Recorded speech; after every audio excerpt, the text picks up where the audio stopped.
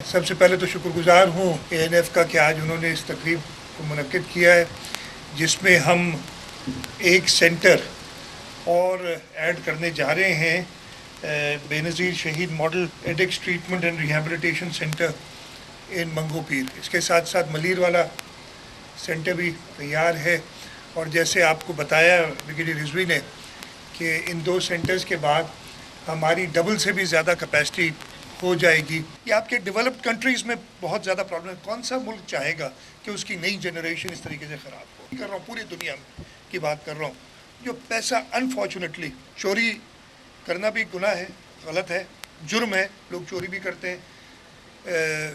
یہ تو اور بہت بڑا ایک جرم ہوتا ہے کسی کو نشے پہ لگانا، لیکن جیسے میں نے بتایا پوری دنیا کا ایک مینس ہے۔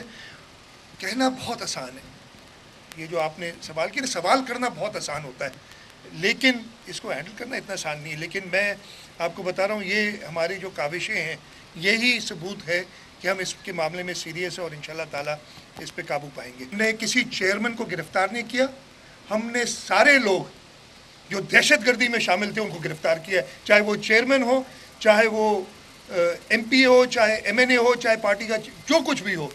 دہشت گرد کو گرفتار کیے، کسی چیئرمین کو ہم گرفتار نہیں کرتے۔